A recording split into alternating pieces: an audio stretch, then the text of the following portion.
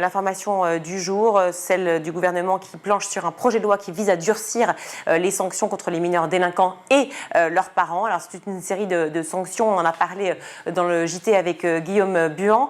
A priori, il y aurait des sanctions, en tout cas des peines demandées pour les parents, jusqu'à 3 ans d'emprisonnement et 45 000 € d'amende pour des enfants récidivistes et pour les parents justement qui ne réagiraient pas. Que pensez-vous de cette proposition ? Alors, ça pourrait être une bonne chose. Le problème, c'est qu'on connaît le laxisme qui caractérise Éric Dupond-Moretti. Donc, en fait, plutôt que de rehausser les plafonds, nous, au Rassemblement national, nous plaidons plutôt pour instaurer des peines planchées.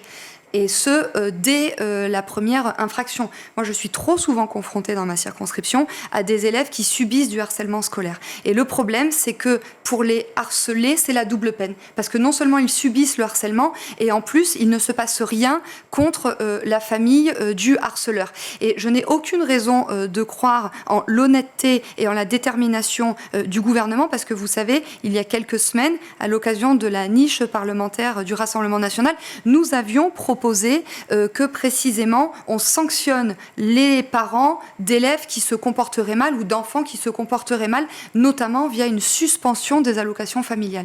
Et là, le gouvernement s'est dressé main dans la main avec la NUPES contre nous, donc je ne vois pas pourquoi ils appliqueraient demain ce qu'ils n'ont pas voulu appliquer il y a quelques semaines. Sur les allocations familiales, on parle clairement d'un type, si je puis dire, de familles qui sont plutôt défavorisées, dont l'IPS est moins élevé que les autres. Est-ce que ce n'est pas aussi une stigmatisation qui s'opérerait dans ce cas ? Non, parce que je pense qu'il faut responsabiliser les parents.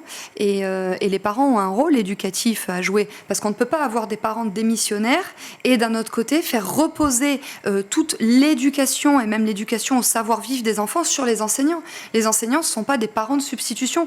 Donc oui, il faut responsabiliser les parents, mais vous savez, donc ça peut passer par une suspension des allocations familiales, ça peut aussi passer par une traduction en conseil de discipline systématiquement, par l'instauration des sanctions planchées et par une exclusion de l'école s'il y avait besoin, parce qu'en fait on a quelques élèves qui peuvent être perturbateurs et qui finalement pénalisent l'intégralité de la classe, qui contribuent au mal-être des enseignants et qui est largement source d'inquiétude auprès des parents.